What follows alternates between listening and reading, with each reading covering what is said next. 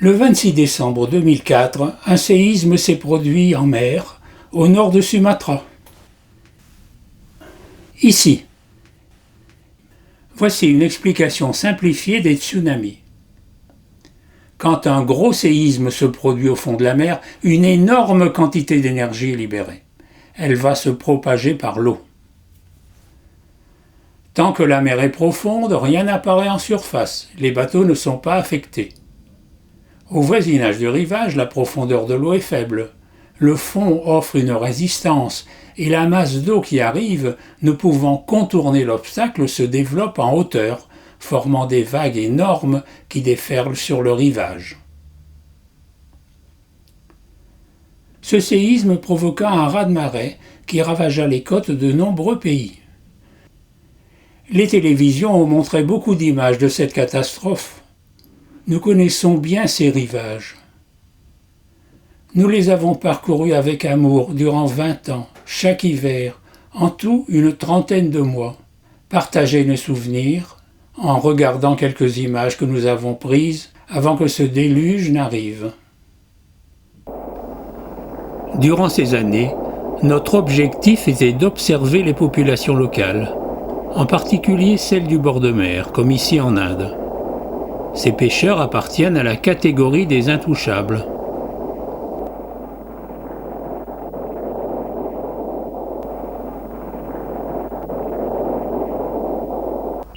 Cette plantation d'EVA est en Thaïlande, à Khao Lak, à 300 mètres de la plage.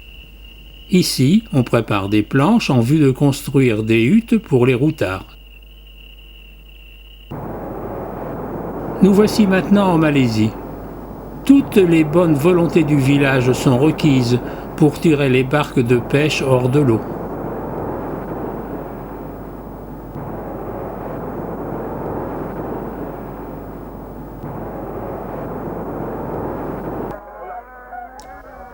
Un village de pêcheurs au Sri Lanka. Le poisson passe directement du pêcheur au consommateur.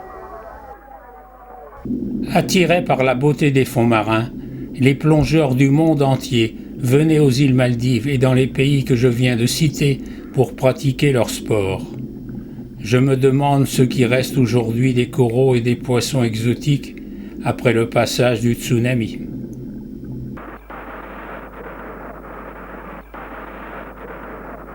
Voici quelques années, c'était un petit paradis.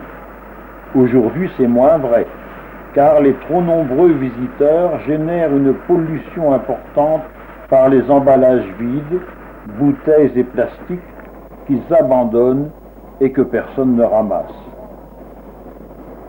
Ici aussi, vous trouvez à vous loger sans problème dans la simplicité ou dans le luxe, suivant votre porte-monnaie.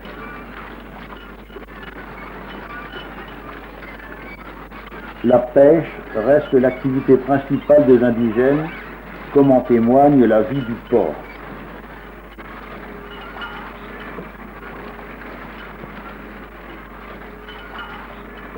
Il n'y a pas d'électricité ni d'eau courante. Certains ont un générateur qui tourne bruyamment la nuit. 95% de la population de Thaïlande est bouddhiste.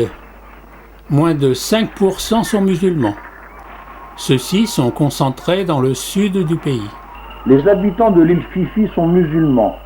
L'île Phi Phi a très vite évolué vers le tourisme de masse. En quelques années, ces maisons en bois ont laissé place à des constructions en dur. Des magasins pour touristes, des restaurants, des lieux de plaisir se sont multipliés. En un instant, tout cela a été détruit.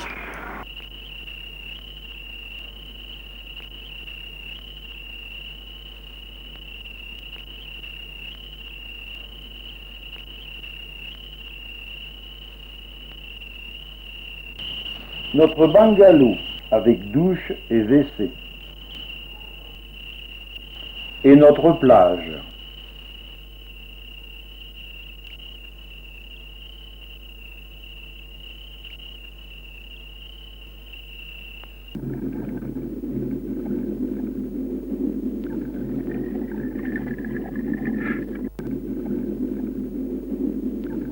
Les zones de plongée sous-marine sont maintenant couvertes de sable et de décombres apportés là par le reflux, une fois que la vague monstrueuse est tout détruit.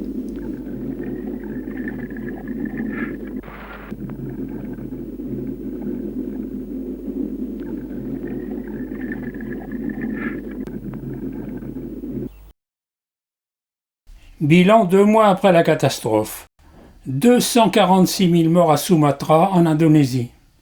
68 morts en Malaisie. 5 500 morts en Thaïlande. 17 000 morts en Inde.